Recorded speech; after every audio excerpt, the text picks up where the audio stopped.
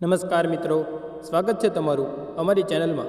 મિત્રો, આજની કહાની ખૂબ જ જ્ઞાનવર્ધક અને સમજવાલાયક બનવાની છે, તો આ કહાનીને અંત સુધી ધ્યાનથી સાંભળજો, કેમ કે અધૂરું જ્ઞાન ક્યારેય કામ લાગતું નથી। તો ચાલો શરૂ કરીએ આજની કહાની।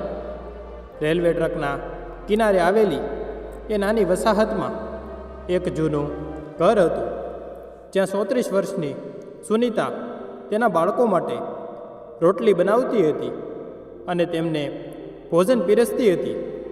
માં, રાત થઈ ગઈ, પપ્પા હજુ કેમ નથી આવ્યા? સુનીતાના 6 વર્ષના દીકરાએ બારીમાંથી ડોકિયું કરતાં કહ્યું। ત્યારે સુનીતાએ કહ્યું, અરે દીકરા, તેઓ જલ્દી આવતા જ હશે, ત્યાં સુધી તારું જમવાનું પૂરું કર। ના માં, મારે નથી જમવું, મારે તો જલેબી ખાવી છે। હું દરરોજ પપ્પાને જલેબી લાવવા કહું છું, પણ તેઓ લાવતા નથી। પણ આજે પપ્પાએ કહ્યું હતું કે રાત્રે જલેબી ચોક્કસ લાવશે। ત્યારે સુનીતાનો નાનો દીકરો, જે 4 વર્ષનો હતો, ખુશીથી બોલ્યો, સાચું? પછી તેઓ મારા માટે રમકડાની કાર પણ લાવશે ને માં? સુનીતાએ હળવું સ્મિત કરીને જવાબ આપ્યો, હા દીકરા, જરૂરથી લાવશે। બાળકો આતુરતાથી તેમના પિતાની રાહ જોઈ રહ્યા હતા। ત્યારે સુનીતાએ ઘડિયાળ તરફ જોયું। રાતના 11 વાગ્યા હતા। તેઓ હજી સુધી કેમ ના આવ્યા? તેના કપાળ પર ચિંતાની રેખાઓ દેખાઈ। ચિંતા વ્યાજબી હતી, કારણ કે સુનીતા જાણતી હતી કે રાત્રે કામ પરથી ઘરે પરત ફરતી વખતે તેઓ પતિ ઘણીવાર તેના મિત્ર જોડે પીવા જતો હતો। 1 અઠવાડિયા પહેલાં જ સુનીતાએ તેના પતિ રાજેશને કહ્યું હતું કે સાંભળો, આજે આપણા બંને બાળકો મોટા થઈ રહ્યા છે અને ત્રીજું બાળક પણ 3 મહિનામાં આ દુનિયામાં આવવાનું છે। મારી તમને વિનંતી છે કે તમે હવે પીવાનું છોડી દો, નહીંતર આપણા 3 બાળકો પર તેની નકારાત્મક અસર પડી શકે છે। આપણા બાળકો વિશે વિચારો અને તેમના ભાવિ જીવન માટે પૈસા બચાવો। પત્નીની વાત પર રાજેશે એમ પણ કહ્યું હતું કે સુનીતા, તારી વાત સાચી છે, મેં આપણા બાળકો માટે 1 પૈસો પણ બચાવ્યો નથી। હું તને વચન આપું છું કે હવેથી હું આપણા બાળકો વિશે વિચારીશ। હું તેમને સારા સંસ્કાર આપવાનો પ્રયત્ન કરીશ અને પીવાને ક્યારેય સ્પર્શ પણ નહીં કરું। રાત ધીમે ધીમે અંધારી થઈ રહી હતી અને સુનીતાની ચિંતા પણ વધી રહી હતી। બહાર રેલવે ટ્રેક પર ટ્રેનનો અવાજ ગુંજતો હતો, પણ તેના પતિના કોઈ સમાચાર નહોતા। સુનીતાએ બાળકોને ખવડાવીને સુવડાવી દીધા, પણ તેની આંખોમાં ઊંઘ નહોતી। સુનીતાનું ધ્યાન વારંવાર દરવાજા તરફ જતું હતું। દરેક પસાર થતી ટ્રેનના અવાજથી સચેત થઈ ગઈ, પણ રાજેશનો કોઈ પત્તો નહોતો। એટલામાં દરવાજો ખખડ્યો। સુનીતા ઝડપથી ઊભી થઈ અને દરવાજો ખોલ્યો, પરંતુ દરવાજાની સામે પોલીસ કર્મીઓને જોઈને તેના હૃદયમાં ભયનું મોજું દોડ્યું। તેના મનમાં અસંખ્ય વિચારો આવતા લાગ્યા। કોઈ અઘટિત ઘટનાથી ડરીથી હૃદયના ધબકારા વધવા લાગ્યા। તેણીએ હિંમત ભેગી કરીને ધ્રુજતા અવાજે પૂછ્યું, શું વાત છે સાહેબ? શું આ રાજેશનું ઘર છે, જે સ્ટેશન પર ચા વેચે છે? પોલીસ કોન્સ્ટેબલે ગંભીરતાથી પૂછ્યું। સુનીતાએ ધ્રુજતા અવાજે જવાબ આપ્યો, હા, આ તેનું જ ઘર છે, હું તેની પત્ની છું। બધું બરોબર છે ને સાહેબ? તેના અવાજમાં ચિંતા અને ભયનો દરિયો વહી રહ્યો હતો। કોન્સ્ટેબલે થોડીવાર મૌન સેવ્યું, પછી તેણે ઊંડો શ્વાસ લીધો અને કહ્યું, તમારા પતિનું અવસાન થયું છે। નશામાં રેલવે ટ્રેક ક્રોસ કરતી વખતે તેણે પોતાનું સંતુલન ગુમાવ્યું હતું।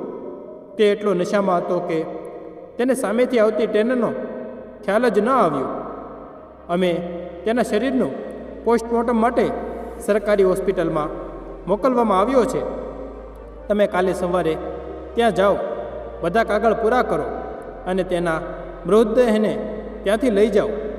આટલું કહીને પોલીસ કોન્સ્ટેબલ સુનીતાને નિસહાય છોડીને જતા રહ્યા. સુનીતાના પગ ત્યાં જ અટકી ગયા. તેની આંખ સામે અંધારું આવી ગયું અને તેનું શરીર ધ્રુજવા લાગ્યું. તે બારણા સામે ટેકવીને જમીન પર બેસી ગઈ. તેની આંખોમાં આંસુ ભરાઈ આવ્યા. હે ભગવાન, આ શું થઈ ગયું? અને મારા પર દયા પણ નથી આવતી. મારા નાના બાળકોનું શું થશે? તેના મનમાં પ્રશ્નનું વાવાઝોડું ઊભું થવા લાગ્યું. બીજા દિવસે સવારે તેણે પોતાની જાતને કાબૂમાં રાખી અને પોતાના પતિના અંતિમ સંસ્કાર કર્યા. પણ આ પછી તેનું જીવન સાવ અસ્તવ્યસ્ત થઈ ગયું. તેણે જે થોડા પૈસા બચાવ્યા હતા તે પણ ધીમે ધીમે ખતમ થવા લાગ્યા. લગભગ 2 મહિના થયા. સુધા પાસે આજીવિકાનું કોઈ સાધન નહોતું. હિંમત ભેગી કરીને તે નજીકના ઘરોમાં કામ કરવા નીકળી, પરંતુ નસીબે તેને અહીં પણ ચેતરી. ગર્ભાવસ્થાને કારણે લોકો તેને કામ આપવાની ના પાડી દેતા. તેની હાલત જોઈને લોકો કહેતા, તું પોતે બહુ કમજોર છે, અમે તારા પર વધુ બોજ નાખવા માંગતા નથી. બાળકને જન્મ આપ્યા પછી આવજો. હતાશ અને નિરાશ સુનીતા ઘરે પાછી ફરી. તેનો 6 વર્ષનો પુત્ર વિકાસ ઘરમાં બીમાર હતો. વિકાસ પલંગ પર સૂતો તાવથી પીડાતો હતો. તેની નિર્દોષ આંખોમાં પીડા દેખાતી હતી. જ્યારે પણ તે નિશાસો નાખતો ત્યારે સુનીતા તેની પાસે જઈને તેના કપાળ પર હાથ ફેરવતી. વિકાસ તેની તરફ ઝંખનાભરી આંખોથી જોઈ રહ્યો હતો, પરંતુ તેની મા પાસે તેની દવા ખરીદવા માટે પણ પૈસા ન હતા. બીજી તરફ 4 વર્ષનો નીરવ માસૂમ બાળક ભૂખથી પીડાતો હતો અને તેની માતા પાસે વારંવાર રોટલી માંગતો હતો. માં, મને રોટલી આપો, ગઈકાલથી કંઈ ખાધું નથી, બહુ ભૂખ લાગી છે, મને ખાવા માટે કંઈક આપો. પોતાના ખાલી પેટ પર હાથ ફેરવતા સુનીતાના નાના દીકરાએ તેની માને કહ્યું. પોતાના દીકરા નીરવના આ શબ્દો સુનીતાના હૃદયને ચીરી નાખતા હતા. તે સમજી શકતી ન હતી કે તેના બાળકોની ભૂખ કેવી રીતે સંતોષવી. સુનીતાની આંખોમાં આંસુ આવી ગયા. તે ખૂબ જ લાચાર અને અસહાય અનુભવવા લાગી. તેને પોતાના બાળકોના ચહેરા જોઈને પસ્તાવો થવા લાગ્યો. તે તેના ભૂખ્યા બાળકોના સુકાઈ ગયેલા ચહેરાઓ અને બીમાર મોટા દીકરા વિકાસને રડતા રડતા જોઈને વિચારતી હતી, હું કેવી માં છું જે પોતાના બાળકોને એક સમયની રોટલી પણ આપી શકતી નથી. બીજે દિવસે તેણે હિંમત ભેગી કરી નિર્ણય લીધો અને થોડી તૈયારી કરીને સ્ટેશન પર ગઈ. 9 મહિનાની ગર્ભવતી ટ્રેનમાં જઈને લોકોને ચા આપવા લાગી. સવારનો સમય હતો અને રેલવે સ્ટેશનની ભીડમાં તે હાથમાં ચાની કીટલી લઈને એકથી બીજી ટ્રેનમાં દોડી રહી હતી. હિંમત સાથે કામ કરી રહી હતી.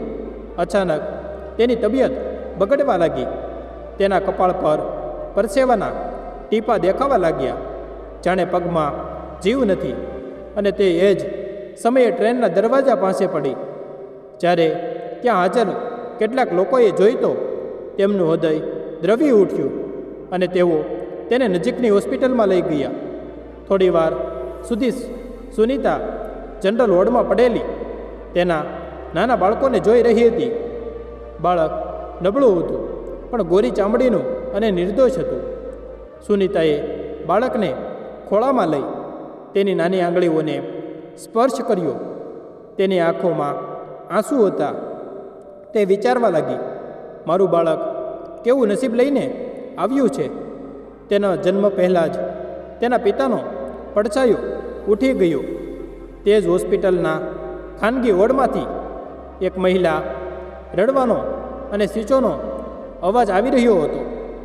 મારું બાળક ક્યાં છે? તમે મને મારા બાળકોનો ચહેરો પણ બતાવ્યો નથી. ઓછામાં ઓછું મને તેને મારા ખોળામાં પકડી લેવા દો. મારો દીકરો ક્યાં છે? તમે મને કહેતા કેમ નથી? તો તેના પતિ કે તે ખૂબ જ મોટા શાહુકાર હતા. તેને તેની પત્ની કવિતાને કહ્યું, ચિંતા ન કર, તેની તબિયત થોડી ખરાબ હતી એટલે તે હવે નિરીક્ષણ હેઠળ છે.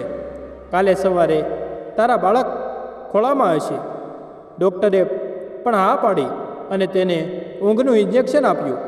વાસ્તવમાં ભગવાને 7 વર્ષ પછી શાહુકારની પત્ની કવિતાનો ખોળો ભર્યો હતો, પરંતુ થોડી વારમાં જ તેનું બાળક મૃત્યુ પામ્યું.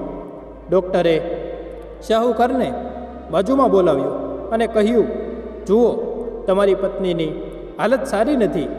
પછી જ્યારે તેને ખબર પડી કે તેનું બાળક હવે નથી, ત્યારે તે આ આઘાત સહન કરી શકશે નહીં. આપણે ટૂંક સમયમાં કોઈ વ્યવસ્થા કરવી પડશે. તેના ખોળામાં બીજું કોઈ નવજાત બાળક આપવું પડશે. એ જ સમયે એક નર્સ આવી અને કહેવા લાગી કે જે મહિલાએ આજે સવારે જનરલ વોર્ડમાં પુત્રને જન્મ આપ્યો છે તે ઘરે જવાની જીદ કરી રહી છે. ના, આપણે તેને આટલી જલ્દી ઘરે કેવી રીતે મોકલી શકીએ? પણ મેડમ, તે માનવા તૈયાર જ નથી. તે કહે છે કે ઘરમાં બેઠેલા તેના બીજા 2 બાળકો ભૂખ્યા અને તરસ્યા છે. તેના સિવાય એ બાળકોનું આ દુનિયામાં કોઈ નથી. આ સાંભળીને ડૉક્ટર જનરલ વોર્ડમાં આવ્યા અને તેમની પત્ની પાછળ પાછળ શાહુકાર પણ ત્યાં આવ્યો. જુઓ સુનીતાબેન, તમારી તબિયત અત્યારે ઠીક નથી એટલે અમે તમને હમણાં રજા આપી શકતા નથી. તો સુનીતાએ હાથ જોડીને કહ્યું, મેડમ, મારા 2 બાળકો ઘરે એકલા બેઠા છે. ઘરમાં ખાવા માટે કંઈ નહોતું, તેથી તે પેટ ભરી શકે. મારા સિવાય આ દુનિયામાં તેમનું કોઈ નથી. મારે જવું પડશે. પણ હોસ્પિટલની ફી? પાછળ ઊભી નર્સે કહ્યું. ત્યારે ડૉક્ટરે હાથના ઈશારાથી ફી માંગવાની ના પાડી. સુનીતાની વાત સાંભળીને ડૉક્ટરને તેના પર દયા આવી અને તેને જવા દીધી. પણ બધી વાત સાંભળીને શાહુકારના દિલમાં એક આશા જાગી. કોઈ પણ સમય બગડ્યા વિના તે પણ હોસ્પિટલની બહાર આવી ગયો. રાત થવા આવી હતી. સુનીતા પોતાના નાના બાળકને સાતીએ લગાવી દીને ઘરે પહોંચી, જ્યાં બાળકો તેમની માની રાહ જોતા હતા. બેચેન અને ભૂખથી રડતા હતા. તેમના રડવાના અવાજથી સુનીતાની છાતીમાં ખંજર જેવું ચૂભતું હતું. આખરે વિચારીને કે કદાચ પાડોશીના લોકો તેને મદદ કરશે, તે ભારે પગલાઓ સાથે પડોશના ઘર તરફ ગઈ અને પહેલો દરવાજો ખટખટાવ્યો. ત્યારે સામે આવેલી સ્ત્રીએ તેની હાલત જોઈને કટાક્ષ કરતાં કહ્યું, પોતાનો પેટ ભરી શકતી નથી અને 3 બાળકો પેદા કરી લીધા. સુનીતાની નજરો ઝૂકી ગઈ, પણ તે શું કરી શકે? તેણે હાથ જોડીને એટલું જ કહ્યું, બહેન, બાળકોને એક વખતનું જમવાનું આપો. પરંતુ તેમની આજીજીની કોઈ અસર થઈ ન હતી. દરેક ઘરના દરવાજે તેની સાથે આવું જ થયું. દરેક જગ્યાએ તેને ઠપકો આપવામાં આવતો હતો. દરેક તેની ગરીબી અને લાચારી માટે તેને ટોણા મારતા હતા. બધે ઠોકરો ખાધા પછી તેણે વિચારવા માટે મજબૂર થઈ ગઈ કે શું ગરીબી એવી સજા છે કે વ્યક્તિની માનવતા પણ મરી જાય? થાકેલી હારેલી સુનીતા ખાલી હાથે ઘરે જવા લાગી. જ્યારે તે દરવાજે પહોંચી તો તેના આશ્ચર્યની કોઈ સીમા ન રહી. અંદરથી બાળકોના હાસ્યનો અવાજ આવી રહ્યો હતો. તે આશ્ચર્યચકિત થઈ ગઈ અને ઝડપથી અંદર આવી ગઈ. તેને પોતાના આંખો પર વિશ્વાસ ન આવ્યો. તેણે જોયું કે તેના બાળકો સામે ઘણું બધું જમવાનું રાખેલું હતું અને જે બાળકો થોડા સમય પહેલાં ભૂખથી પીડાતા હતા તેઓ તેમનું મન ભરીને ખાવાનું ખાતા હતા. તે સ્તબ્ધ થઈ ગઈ, જાણે કોઈ ચમત્કાર થયો હોય. તેની આંખોમાં ચમક હતી અને ચહેરા પર ખુશી હતી. અચાનક તેની નજર એક સજ્જન પર પડી. તે એક બાજુ ઊભેલા હતા. તે બહુ મોટા શેઠ જેવો દેખાતો હતો. તે શાંતિથી બાળકોને જમતા જોઈ રહ્યો હતો. તેની આંખોમાં સંતોષ અને કરુણાની લાગણી દેખાતી હતી. સુનીતા સમજી ગઈ કે આ બધું એ જ વ્યક્તિની કૃપાને કારણે થયું છે. તે એ જ શાહુકાર હતો જેનું બાળક જન્મતા જ મૃત્યુ પામ્યું હતું. શાહુકારે તેની સામે જોયું અને કહ્યું, બહેન, હું અહીં તમને મળવા માટે જ આવ્યો છું. મારે કોઈ અગત્યનું કામ હતું, પણ જ્યારે હું દરવાજા પાસે પહોંચ્યો ત્યારે તમારી અને તમારા બાળકોની વાત સાંભળીને મારાથી રહેવાયું નહીં. તેથી હું બાળકો માટે આ ખોરાક લઈ આવ્યો. સુનીતાએ નજર ઉઠાવીને પોતાના બાળકો તરફ જોયું, જેઓ ખુશીથી ખાવામાં મગ્ન હતા. અને પછી હાથ જોડીને તેણે શાહુકારનો આભાર માન્યો.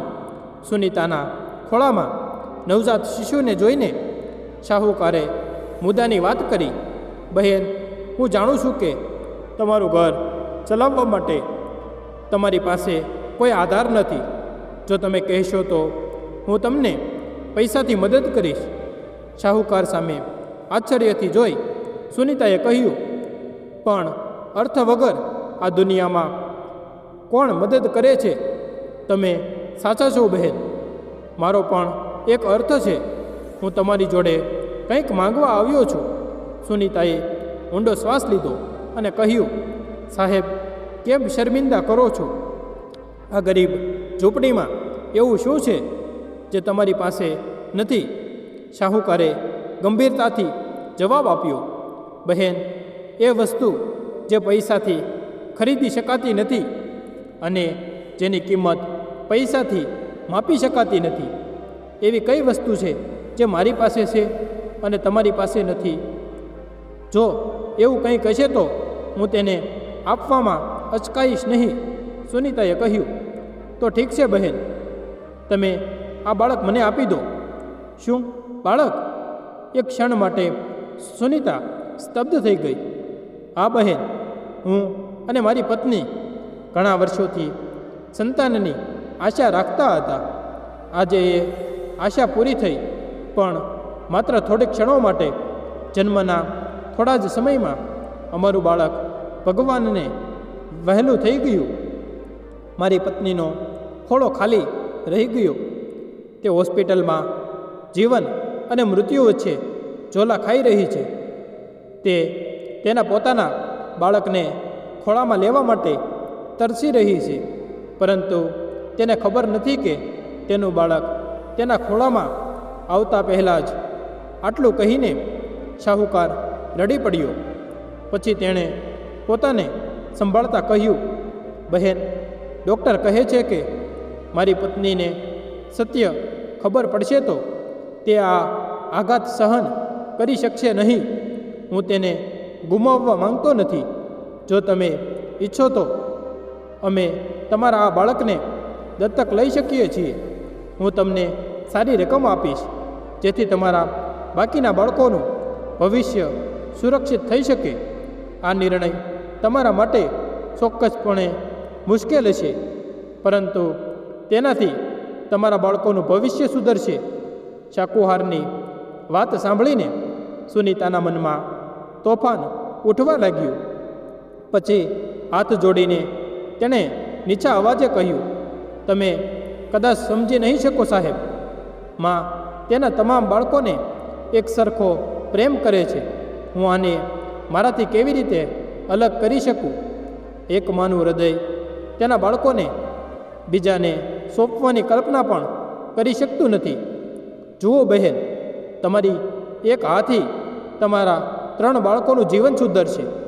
હું મારા પોતાના બાળક કરતાં આ બાળકની વધુ સારી સંભાળ રાખીશ.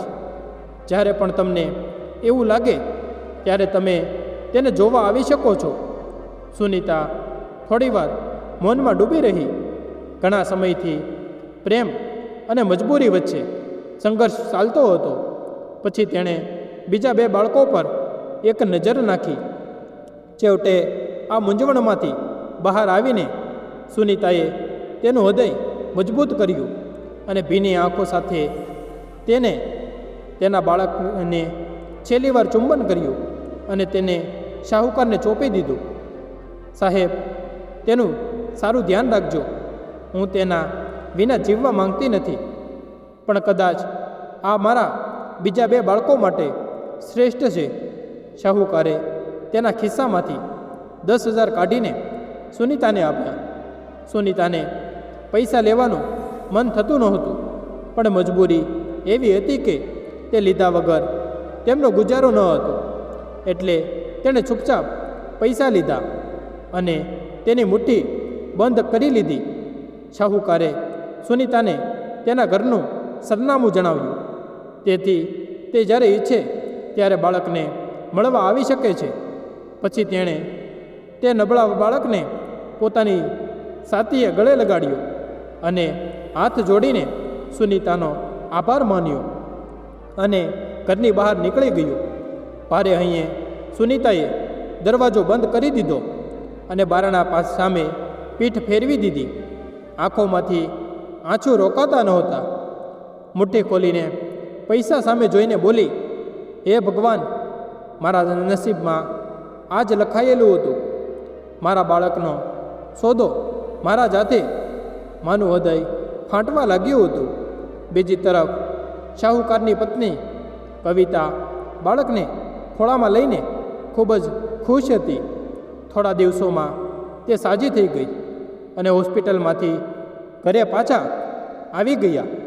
બાળકના જન્મની ઉજવણી નિમિત્તે ભવ્ય કાર્યક્રમનું આયોજન કરવામાં આવ્યું હતું અને અદ્ભુત મિજબાની આપવામાં આવી હતી અને તેનું નામ અનુજ રાખવામાં આવ્યું હતું. તેના જીવનની દરેક ક્ષણ હવે તે નાનકડા ચહેરાની આસપાસ ફરતી હતી. કવિતા દિવસ રાત તેને સંભાળ રાખવામાં એટલી વ્યસ્ત હતી કે તે પોતાની સંભાળ લેવાનું ભૂલી જતી હતી. જાણે તેની દુનિયા રોશનીથી પ્રકાશિત થઈ ગઈ હતી.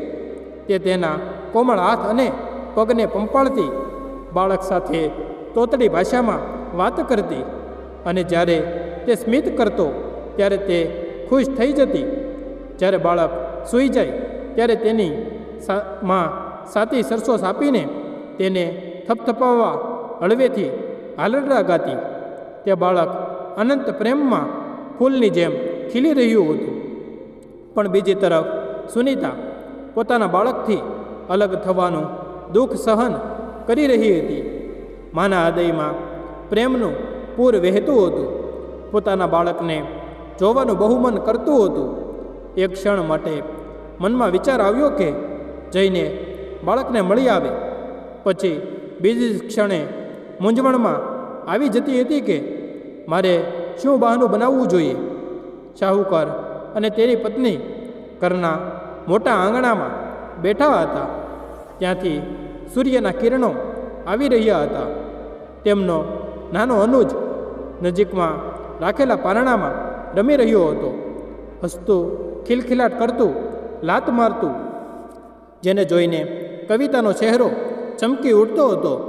પણ શાહુકારનું ધ્યાન બીજે ક્યાંક હતું. તે ઊંડા વિચારોમાં હતો. ત્યારે અચાનક દરવાજે ટકોરા પડ્યા. નોકરે આવીને દરવાજો ખોલ્યો તો એક સ્ત્રી ધીમા પગલે અંદર આવી. મેડમ, તમારે કોઈ નોકરાણીની જરૂર છે? તેણે કહ્યું. ત્યારે કવિતાએ તેની સામે ઉપરથી નીચે સુધી જોયું. તેણીએ જૂની પરંતુ અસ્વચ્છ સાડી પહેરી હતી.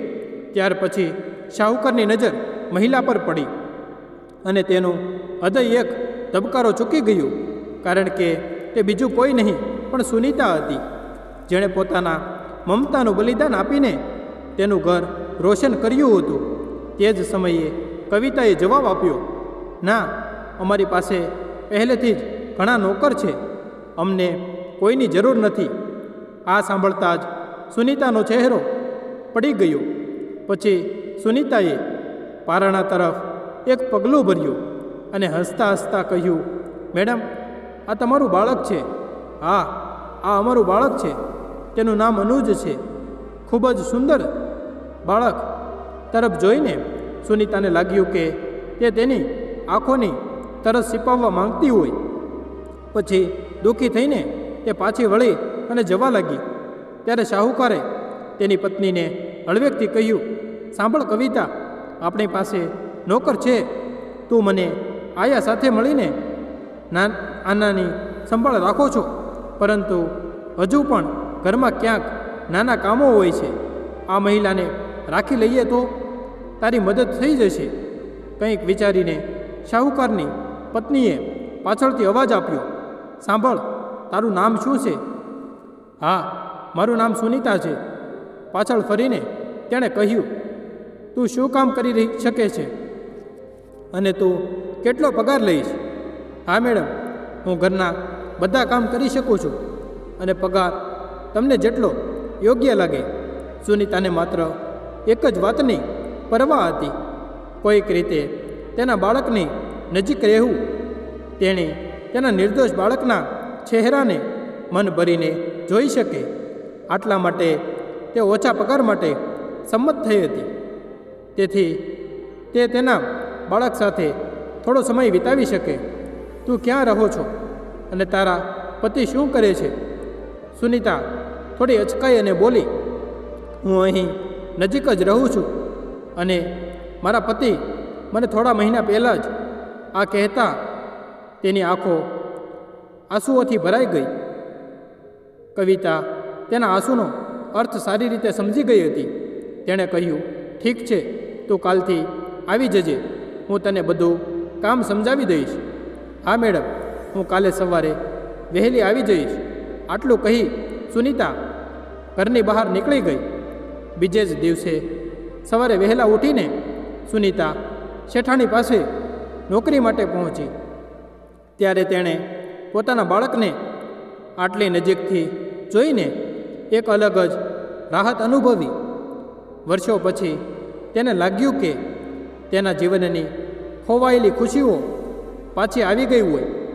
સુનીતાનો દીકરો હવે પહેલાં કરતાં વધુ સ્વસ્થ અને ગોળમટોળ થઈ ગયો હતો. સુનીતા દૂર ઊભી તેના બાળકને રમતા, હસતા અને તેના નાના નાના હાથ પગ ચલાવતા જોઈ રહી હતી.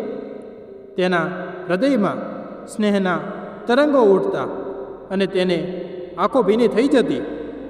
તેનું હૃદય ઈચ્છતું હતું કે તે તેના પુત્રને ગળે લગાવી શકતી. તેમ છતાં બાળકને જોઈને સુનીતાએ મનમાં ભગવાનનો આભાર માનવા માંડ્યો કે બાળક ભલે તેના ખોળામાં ન હોય, તે ખુશ અને સલામત છે અને તેની પાસે કોઈ પણ વસ્તુની કમી નથી. ઘરમાં નોકરો હતા, પણ બાળકની સંભાળ રાખતી કવિતાને કોઈના પર પણ ભરોસો નહોતો. દરેક નાની મોટી વાતનું તે પોતે જ ધ્યાન રાખતી, જેથી બાળકના સુરક્ષામાં કોઈ અભાવ ન આવવું જોઈએ. જ્યારે પણ સુનીતા પોતાના પુત્રને જોતી ત્યારે તેનું હૃદય આનંદથી ભરાઈ જતું.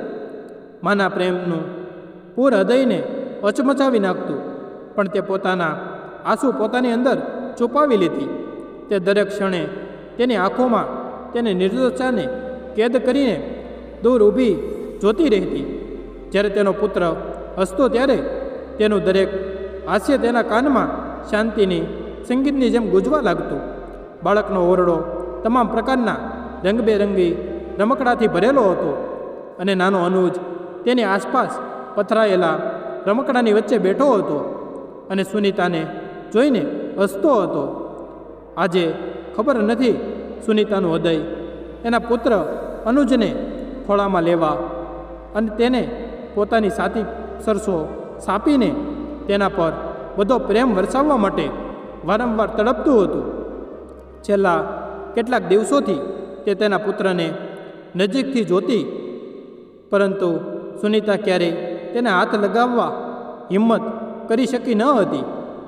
એક દિવસ કવિતા નહાવા જતી હતી ત્યારે તેણે સુનીતાને થોડી વાર માટે અનુજનું ધ્યાન રાખવા કહ્યું. તેની ગેરહાજરીમાં તે બાળકની જવાબદારી આયાને સોંપી દેતી હતી. પણ આજે આયા પણ આવી ન હતી. આટલે તેણે સુનીતાને તેની પાસે બેસીને તેની સંભાળ લેવા કહ્યું.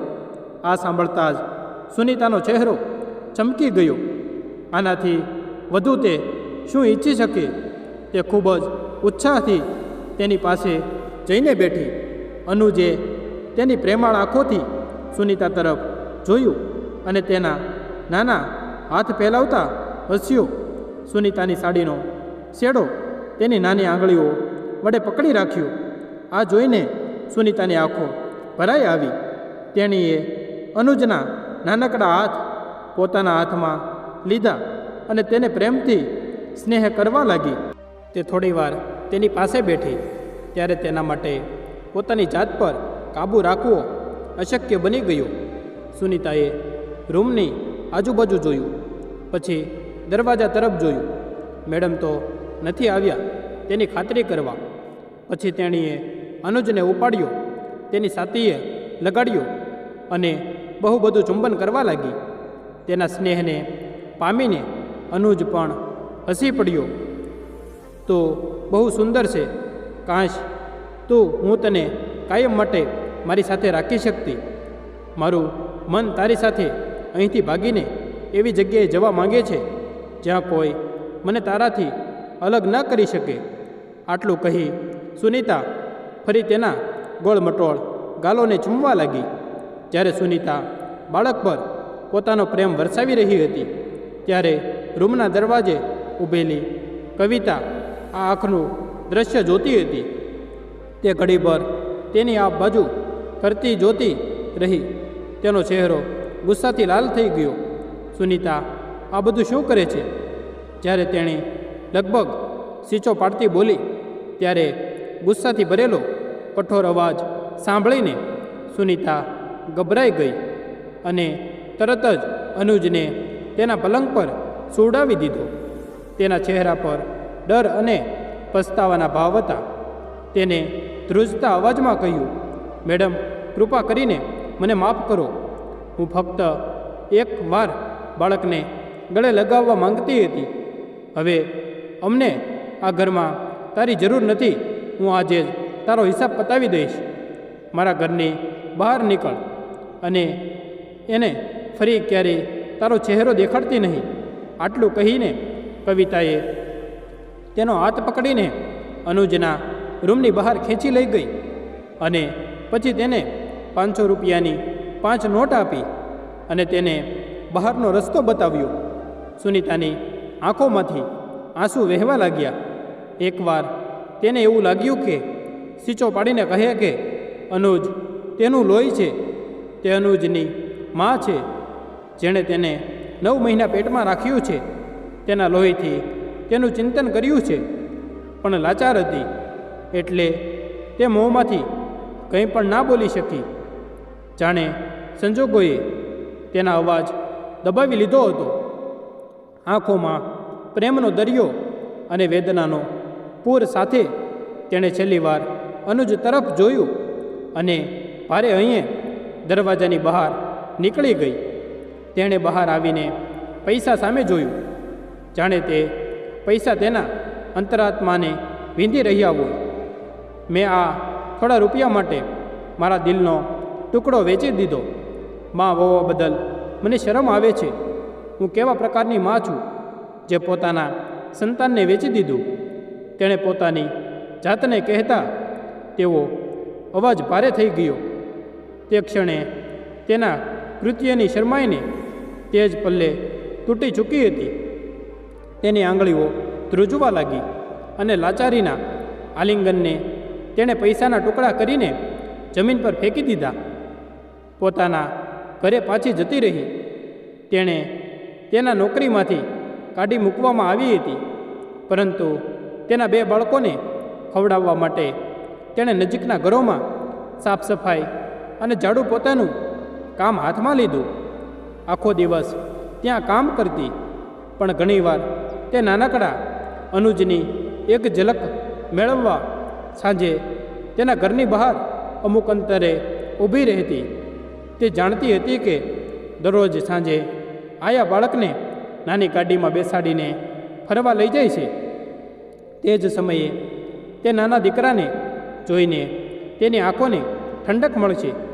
એક દિવસ આયાએ તેને જોઈ એટલે તે અંદર ગઈ અને તેના માલિકને આ વાત કહી. આ સાંભળીને કવિતાએ તેના પતિને કહ્યું, મને તેના પર પહેલેથી શંકા હતી. તેનો ઈરાદો ઠીક નહોતો લાગતો.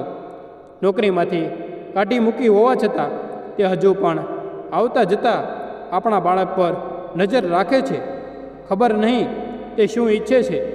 આ સાંભળીને શાહુકારને લાગ્યું કે કદાચ તેની પત્નીને ખબર પડી જશે કે આ બાળક તેનું નહીં પણ સુનીતાનું છે. પર્દાફાશ થવાના ડરથી શાહુકારે નિર્ણય લીધો. એક દિવસ સુનીતા આખો દિવસ કામ કરીને સાંજે ઘરે પાછી આવતી ત્યારે બાળકોને જોઈને તેની થાકેલી આંખોમાં થોડી ખુશી અને શાંતિ દેખાય. પરંતુ સુનીતાના ઘરે પહોંચતા જ તેના બાળકોએ તેને કહ્યું તેની ગેરહાજરીમાં તે જ કાકા આવ્યા હતા, જેમણે તેને એકવાર ખાવાનું અને થોડા પૈસા આપ્યા હતા. આ સાંભળીને સુનીતા થોડી મૂંઝાઈ ગઈ. તેણે પોતાની જાતને પૂછ્યું કે શાહુકાર અહીં કેમ આવ્યા હશે? શું તે તેને કંઈ કહેવા માંગતા હશે?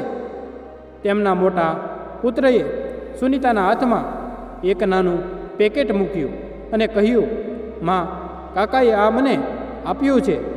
સુનીતાએ બાળકોની સામે પોતાની લાગણીઓ છુપાવવાનો પ્રયત્ન કર્યો. જિજ્ઞાસા અને બેચેની સાથે તેણે પેકેટ ખોલ્યું. તેણે અંદર જોયું કે તરત જ કે તેની આંખો આશ્ચર્યથી પહોળી થઈ ગઈ.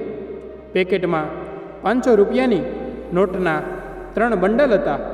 સુનીતા માટે આ કલ્પના બહારની વાત હતી. આ પહેલાં પણ શાહુકારે તેને ક્યારેક ક્યારેક પૈસાની મદદ કરી હતી, પરંતુ આટલી મોટી રકમ તેના સુધી પહોંચાડવાની આ પહેલી ઘટના હતી. તેના મનમાં વિવિધ પ્રકારના વિચારો આવવા લાગ્યા. શું શાહુકારે તેને તેની વફાદારી માટે આ પૈસા આપ્યા છે કે તેના મનમાં હજુ પણ તેના માટે કોઈ માનવીય લાગણી છે, જેના કારણે તેને બાકીના 2 બાળકોનું ભવિષ્ય સુધારવા માટે તેને પૈસા આપ્યા? દરેક પ્રશ્ન સાથે તેની બેચેની વધતી જતી હતી. બીજા દિવસે જ્યારે સુનીતા વહેલી સવારે કામ પર જવા નીકળી ત્યારે તેની સાથે કામ કરતી એક નોકરાણીએ કહ્યું, સુનીતા, તે સાંભળ્યું, શાહુકાર તેના આખા પરિવાર સાથે ક્યાંક દૂર ચાલ્યો ગયો છે. કદાચ તે બીજા કોઈ શહેરમાં સ્થાયી થયો છે. આ સાંભળીને સુનીતાનું દિલ તૂટી ગયું. તેણે આઘાત લાગ્યો. તેની આજુબાજુ એક વિચિત્ર મૌન પ્રસરી ગયું. આખા પરિવારની અચાનક વિદાય અને શાહુકાર કંઈ પણ કહ્યા વિના આટલી મોટી રકમ મોકલી દે છે. આ બધાનો અર્થ સ્પષ્ટ હતો. તે સમજી ગઈ હતી કે શાહુકારે તેના પુત્રને તેના જીવનમાંથી હંમેશા માટે દૂર કરી લીધો. તેનો નાનકડો અનુજ તેની નજર સક્ષમ દેખાવા લાગ્યો, જેનો નિર્દોષ ચહેરો જોવા તે દરરોજ સાંજે તેના ઘરની બહાર ઊભી રહેતી હતી. હવે એ નાનું બાળક કદાચ હંમેશા માટે તેની પહોંચથી જ દૂર જતું રહ્યું હતું. સુનીતાના હૃદયમાં તોફાન ઉઠવા લાગ્યું. દૂરથી પણ અનુજને જોઈને તેને સંતોષ થતો હતો, પરંતુ હવે તે આશા પણ તૂટી ગઈ હતી. તે એને તેનો પુત્ર હંમેશા માટે અલગ થઈ ગયા. કદાચ તેની મમતાનું આ જ પરિણામ હતું એવું વિચારીને તેણે મનમાં પોતાને સાત્વના આપી. સમય સાથે સુનીતાએ પણ આગળ વધવાનું નક્કી કર્યું અને બંને બાળકોને સારો ઉછેર આપવાનો સંકલ્પ કર્યો. હવે તેની પાસે પૈસા હતા, તેથી સુનીતાએ તેના બંને બાળકોને સારી શાળામાં દાખલ કરાવ્યા અને પોતે સીવણ અને ભરતકામ શીખવાનું શરૂ કર્યું. થોડા દિવસો પછી તેને એક સિલાઈ મશીન ખરીદ્યું અને ઘરે બેસીને લોકોના કપડાં સીવવાનું ચાલુ કર્યું. ધીમે ધીમે તેનું કામ આગળ વધવા લાગ્યું અને સુનીતા આર્થિક રીતે સ્વતંત્ર બની ગઈ. તે પોતાના બાળકોનો ખર્ચ પોતે ઉઠાવી શકતી હતી. બીજી તરફ અનુજ સાથે બીજા શહેરમાં શિફ્ટ થયેલા શાહુકાર અને કવિતા શાંતિપૂર્ણ જીવન જીવવા લાગ્યા. સમય તેની પાંખો ફેલાવતો ગયો અને 26 વર્ષ વીતી ગયા. આ 26 વર્ષોમાં ઘણું બદલાઈ ગયું છે. કવિતા હવે ઘરડી થઈ ગઈ છે. શાહુકારે 2 મહિના પહેલાં આ દુનિયાને અલવિદા કહી દીધું હતું. હવે તેનો પુત્ર અનુજ, જે એક સમયે માસૂમ બાળક હતો, તે 26 વર્ષનો યુવાન બની ગયો હતો. તેણે તેમના સપના અને તેમના વારસાને અકબંધ રાખીને તેના પિતાનો વ્યવસાય સંભાળ્યો. સાથે જ જરૂરિયાતમંદોની મદદ કરવા પણ પાછળ ન રહ્યો. તે આ જ હેતુ માટે એક NGO પણ ચલાવતો હતો. આજે અનુજને ઓફિસેથી આવવામાં મોડું થયું. તેની રાહ જોતી બેઠી કવિતાને કંટાળો આવવા લાગ્યો, એટલે તેણે પતિનું કબાટ ખોલીને બેસી ગઈ. તેના પતિની ડાયરી ત્યાં એક ખૂણામાં રાખેલી હતી, તો કવિતાએ તેને ખોલીને વાંચવાનું ચાલુ કર્યું. વાંચતા વાંચતા તે પાના ફેરવવા લાગી. પછી તેની નજર ડાયરીમાં રાખેલા કાગળ પર પડી, જેના પર લખ્યું હતું, મારી પત્ની. કવિતાએ સંબોધીને લખેલો પત્ર કવિતા વાંચવા લાગી. હું હવે થોડો બીમાર રહેવા લાગ્યો છું. ખબર નહીં ક્યારે બોલાવો આવી જાય, પણ એ પહેલાં હું મારા દિલ પરનો બોજ હળવો કરવા માગું છું. હું એક રહસ્ય જાહેર કરવા માગું છું, જે મેં મારા હૃદયમાં વર્ષોથી દફનાવ્યું હતું, કે અનુજ આપણો પોતાનો દીકરો નથી. વાંચતા જ કવિતા પર વીજળી પડી હોય એવું લાગ્યું. તેના હાથ ધ્રુજવા લાગ્યા. થોડીવાર થોભ્યા પછી તેણે ફરીથી વાંચવાનું શરૂ કર્યું. તેની મા સુનીતા છે, બીજું કોઈ નહીં.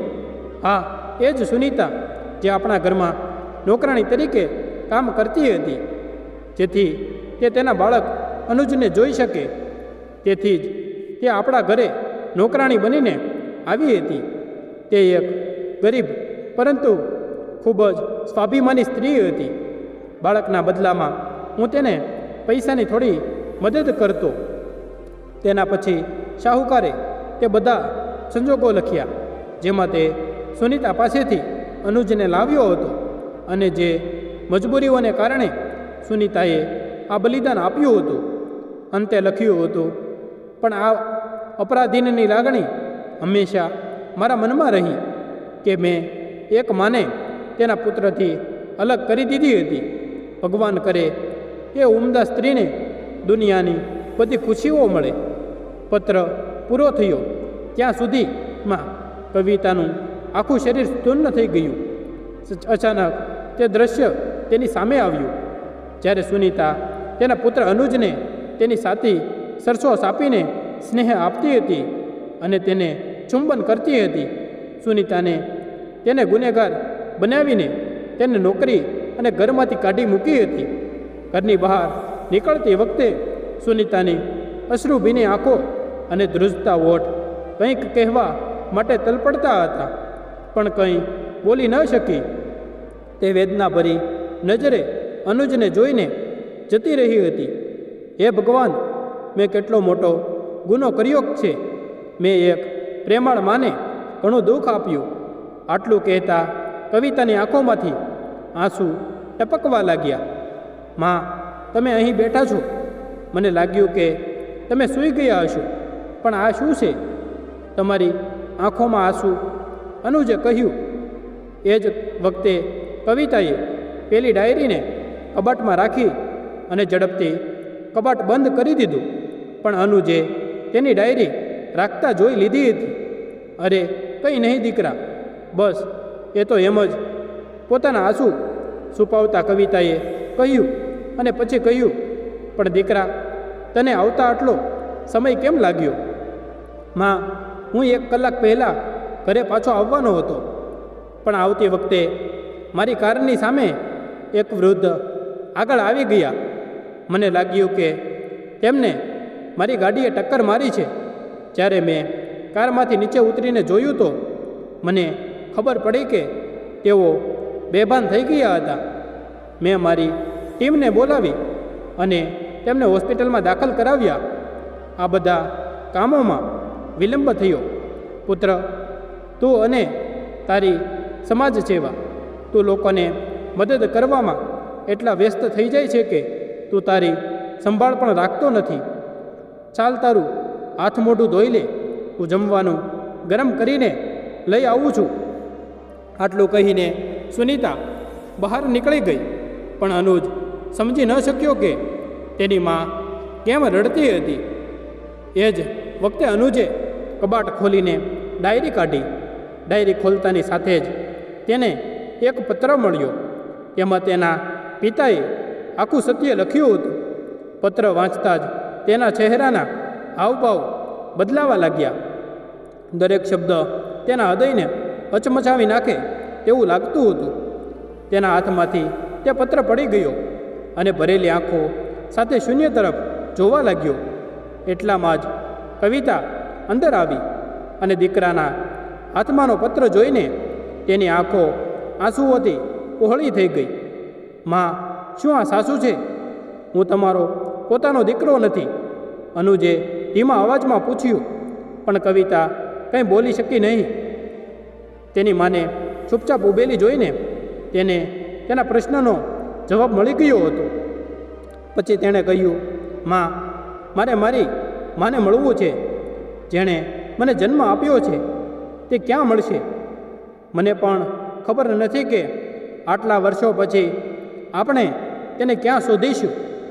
પણ શોધશો તો ભગવાન પણ મળી જશે. બેટા, હું પણ તારી સાથે આવીશ. મારે પણ મારા પાપોનું પ્રાયશ્ચિત કરવું છે. બીજા દિવસે સવારે અનુજ તેની મા કવિતા સાથે તેને જીવન આપનાર માની શોધમાં નીકળ્યો. કવિતા જાણતી હતી કે સુનીતા રેલવે ટ્રેક પાસેની કોલોનીમાં રહેતી હતી. પણ ત્યાં પહોંચ્યા પછી જે કંઈ સામે આવ્યું તે જોઈને બંને ચોંકી ગયા. જ્યારે કવિતા ત્યાં પહોંચી ત્યારે તેણે તે નજારો જોયો. તેના હોશ ઉડી ગયા. આખી વસાહત નાશ પામી હતી. સર્વત્ર જર્જરિત મકાનોમાં અવશેષો અને ઉજ્જડ તેની નજર સક્ષમ બધે દેખાતા હતા. જાણે સમયે જગ્યાને સંપૂર્ણપણે ગળી ગયો હોય. કવિતાએ સ્થાનિક મહિલાને પૂછ્યું, અહીં રહેતા લોકો ક્યાં છે? શું સુનીતા વિશે કોઈ માહિતી છે જે અહીં રહેતી હતી? અરે મેડમ, ગયા વર્ષે પૂર આવ્યું ત્યારે અડધાથી વધુ કાચા ઘરો પાણીમાં ધોવાઈ ગયા હતા. તેઓ બચી ગયા. તે રહેવાસીઓ પણ અન્યત્ર સ્થળાંતર કરી ગયા. સુનીતાની વાત કરીએ તો તેનું જીવન પોતે જ દુઃખનું બીજું નામ હતું. પહેલાં તેનો પતિ તેને છોડીને જતો રહ્યો. પછી ખૂબ ગરીબમાં તેણે તેના બાળકોને ઉછેર્યા અને તેમને ભણાવ્યા. તે રાત દિવસ મહેનત કરતી રહી. તેણે વિચાર્યું કે જ્યારે તેના બાળકો સફળ થશે ત્યારે તેનું ગઢપણ સુખ શાંતિથી પસાર થશે. થોડીવાર રોકાઈને સ્ત્રીએ ઊંડો શ્વાસ લીધો અને ઉમેર્યું, પરંતુ નસીબ તેની સાથે નહોતું. જ્યારે બંને પુત્રો મોટા શહેરમાં ગયા ત્યારે તેઓએ ત્યાં પોતપોતાની દુનિયા સ્થાપી. એવું લાગતું હતું કે તેઓ પોતાની માને ભૂલી ગયા છે, જે ખૂબ જ ઈચ્છાઓ સાથે પોતાના પુત્રના સુખમાં ભાગીદાર થવાની આશા રાખતી હતી. તેઓએ ક્યારેય તેને પોતાની સાથે રાખવાનો વિચાર પણ કર્યો નહીં. વૃદ્ધાવસ્થા અને માદગીને કારણે તે એકલી પડી ગઈ. પછી વર્ષો ગયા. જ્યારે પૂર આવ્યું ત્યારે તેમનું પણ ઘર ધોવાઈ ગયું. પૂરે ઘણા લોકોના જીવ લીધા હતા. કદાચ સુનીતા પણ તેમાંથી એક હતી. સુનીતા માં મારી જન્મદાતા, તેણે ઘણું સહન કર્યું અને હું તેની સાથે ન હતો. તેના પુત્ર હોવા છતાં હું તેના માટે કંઈ કરી ન શક્યો. ઓછામાં ઓછું એકવાર ભગવાને મને તેમનાથી મળાવ્યો હોત, માત્ર એકવાર. ધ્રુજતા અવાજમાં આટલું કહીને અનુજે ઊંડો શ્વાસ લીધો અને તેની આંખોમાંથી આંસુ નીકળી ગયા અને તેના ગાલ ભીના કરવા લાગ્યા. તૂટેલા હૃદયે બંને કારમાં બેઠા અને પાછા ઘર તરફ પ્રયાણ કર્યું. હજી ઘરે પહોંચ્યા જ હતા કે અનુજનો મોબાઈલ રણક્યો. હેલો, શું વાત છે? ઠીક છે, હું હમણાં હોસ્પિટલ આવું છું, અનુજે ચિંતિત સ્વરે કહ્યું. શું વાત છે દીકરા, શું થયું? તેમાં જેને રાત્રે હોસ્પિટલમાં દાખલ કરવામાં આવ્યા હતા તેમની હાલત હજુ પણ સારી નથી. કદાચ તેમણે ઘણા દિવસો સુધી કંઈ ખાધું ન હતું. તેમને ઓ નેગેટિવ બ્લડની જરૂર છે, જે ક્યાંય ઉપલબ્ધ નથી, અને મારું બ્લડ ગ્રુપ તેમની સાથે મેચ થાય છે. મારે હવે ત્યાં જવું પડશે. હોસ્પિટલ પહોંચ્યા પછી અનુજે રક્તદાન કર્યું. 1-2 દિવસમાં એ વૃદ્ધ માની તબિયતમાં થોડો સુધારો થયો. તેની ખાસ કાળજી લેવા માટે અનુજ તેમને બીજા દિવસે સવારે તેના ઘરે લઈ આવ્યો. જ્યારે કવિતા મંદિરેથી પાછી આવી ત્યારે અનુજે તેની માને વૃદ્ધ માનું ધ્યાન રાખવાનું કહ્યું અને કોઈ કામ માટે બહાર ગયો. કવિતાએ રૂમનો દરવાજો ખોલીને જોયું તો વૃદ્ધમાં હજુ પણ ધાબળો ઓઢીને સૂતા હતા. જેથી કવિતાએ તેને જગાડવાનું યોગ્ય ન લાગ્યું અને દરવાજો બંધ કરી દીધો. બહાર આવી ગઈ ત્યારે કવિતાના મનમાં એક વિચાર આવ્યો કે હું તેમના માટે થોડો હળવો નાસ્તો બનાવી દઉં છું. થોડી વાર પછી કવિતા નાસ્તો સાથે તેના રૂમમાં પહોંચી અને ધાબળો ઊંચો કર્યો અને કહ્યું, સાંભળો, હું અનુજની માતા છું, ઉઠો, નાસ્તો કરી લો. આટલું કહીને કવિતાએ તેમનો ધાબળો ઉઠાવી દીધો અને તેને ઉપાડીને બહાર બેસાડતા જ તેના પગ નીચેથી જમીન સરકી ગઈ. તેનું મોં ખુલ્લું પડી ગયું.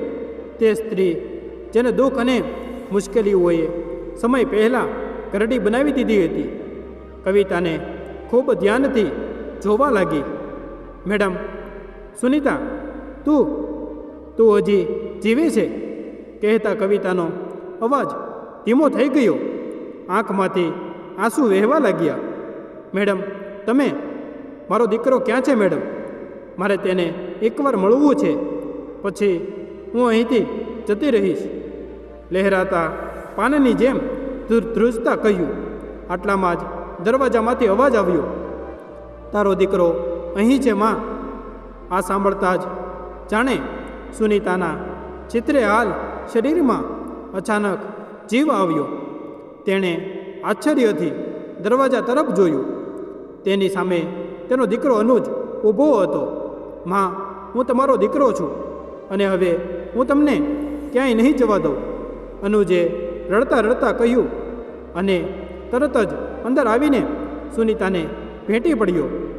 મારું બાળક, મારો દીકરો, શું તું આજે ખરેખર મારી સામે છે?